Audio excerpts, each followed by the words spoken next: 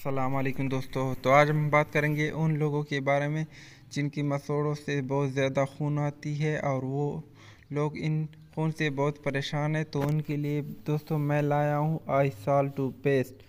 تو آئی سال tooth paste کی مدد سے آپ کی مسوڑوں سے جو خون آتی ہے اور مسوڑ کی جو بیماری ہے وہ اس سے جو ہے ٹھیک ہو جائے گی۔ تو اس کا استعمال دوستو آپ میں دن میں 2 مرتبہ کرنا ہے، یا آپ جو ہے ڈاکٹر کے مطابق بھی کر سکتے ہیں۔